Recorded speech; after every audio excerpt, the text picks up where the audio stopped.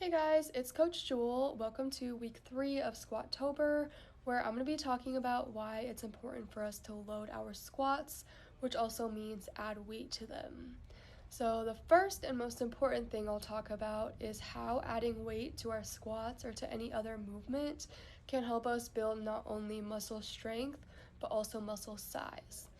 So when you're lifting weights, you're actually creating these small microscopic tears in your muscles. Once you finish your workout and your body starts to recover, you have amino acids that you get from the proteins that you eat. These go into your muscle and they start to build it back and repair it. But the cool part about it is they actually overcompensate and they build it back a little bit thicker than it was before. So as you continue to work out and continue to increase the weight that you're lifting, this process will continue and those amino acids will continue building your muscle back a little bit thicker each time, which is how we not only gain muscle strength from lifting weights, but also muscle size.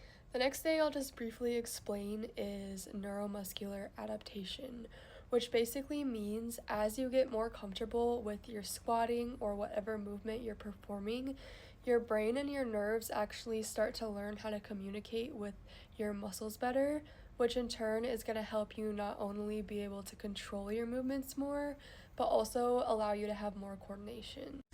Now I'll be demonstrating the 3 exercises you have this week, starting with the barbell back squat. You're going to want to place the barbell on your upper traps and stand with your feet about shoulder width apart.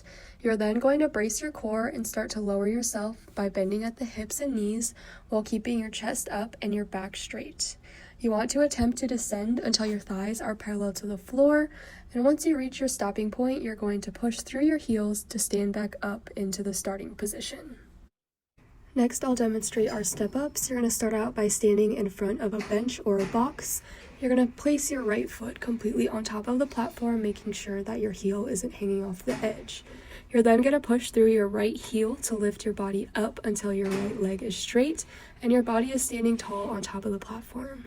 You're then going to slowly lower your body back down by stepping with your right foot, followed by your left foot. Lastly is your kettlebell swings. You're going to start with your feet shoulder width apart and with the kettlebell in front of you. Hinge at your hips, keeping your back flat and chest up. You're going to grab the handle with both hands and pull the kettlebell back between your legs like you're hiking a football. Then drive your hips forward and powerfully swing the kettlebell up to about chest height. Once you hit the top, stand tall and squeeze your glutes.